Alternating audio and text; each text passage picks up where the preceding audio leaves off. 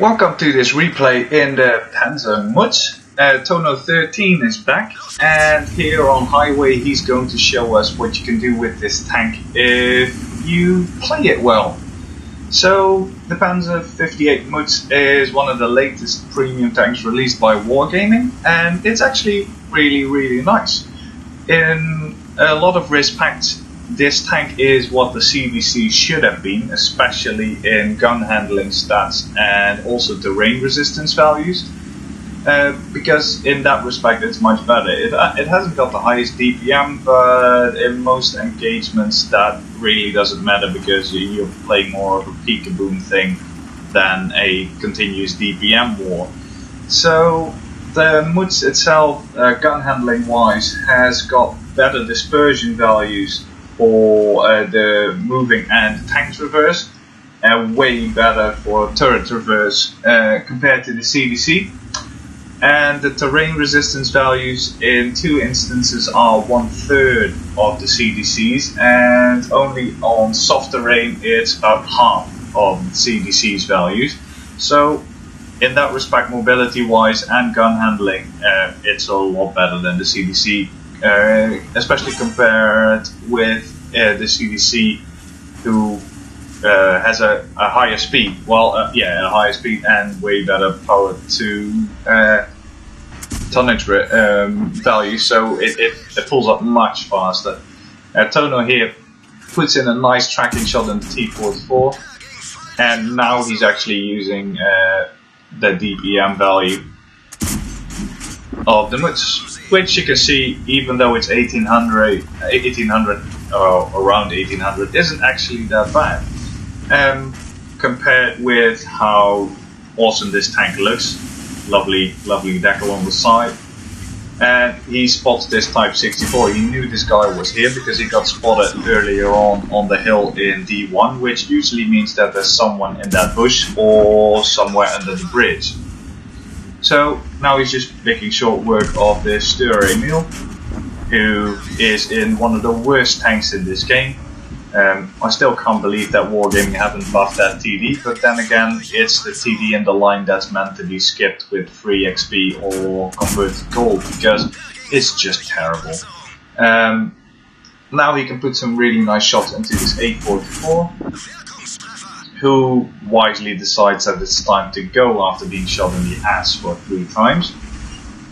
And now it's got this Indian Panzer, which is also sitting in the open. I mean, I never understand why people sit on these lines, because as soon as you're spotted, you're basically one big XP and credit pinata for the whole of the map. So it's always a stupid position to be there. It's much better to pull back behind the ridge in somewhere near A9 and use hold on positions to actually put fire down, because there you'll just die without doing much. Unless you've got a good spotter and good camouflage that they can't spot you. So left flank cleared up pretty much, so it's time to move up. And already Tono managed to do around 2,500 damage that we saw, and is up to 3,300 WN8 already, which is quite nice after like 5 minutes, 6 minutes. So now he's keeping this tank a little bit hull down, and to see if he can put some fire down on these guys, but they're not interested. Yeah, 844 crests the hill, and Tono puts a really nice lucky tracking shot in. 844 pulls back again, and now he's aiming for the FCM. But the STA1, being one of the better players on the enemy team, is actually trying to put some fire on Tono. But it's not working, he dinged off. So that's one of the other things that Mutz has over the CDC. It actually has somewhat functional armor. CDC has 30, so pretty much everything will penetrate. That being said though, the tanks are they're equal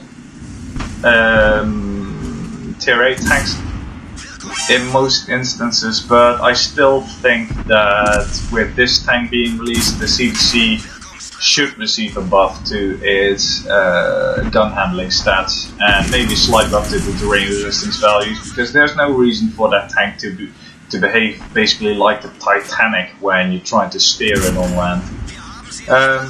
But other than that, this tank reminds me a lot of the SDA1 actually, which was a tank I really like. And maybe if it ever comes on at a discount, I'll buy this one too.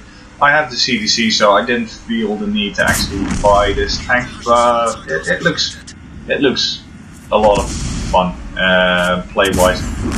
So I might get it at some point.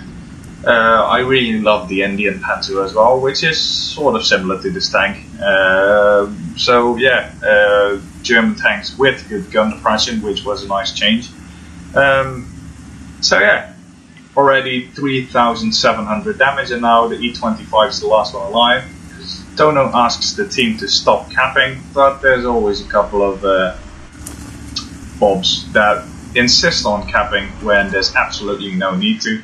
And you should never cap unless it's your personal mission or there's no chance that you'll win otherwise, because capping is just robbing everyone else of their well-deserved credits and XP. But yeah, so unfortunately this match got capped out.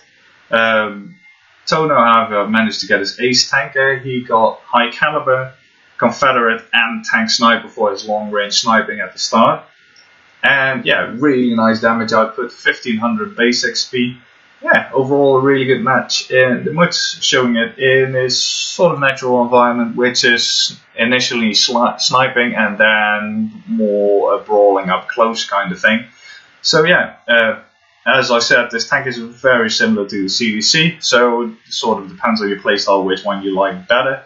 I might pick this one up if I get the chance later on. And I hope you liked this replay. If you did, feel free to rate it or subscribe to the channel, and see you guys next time.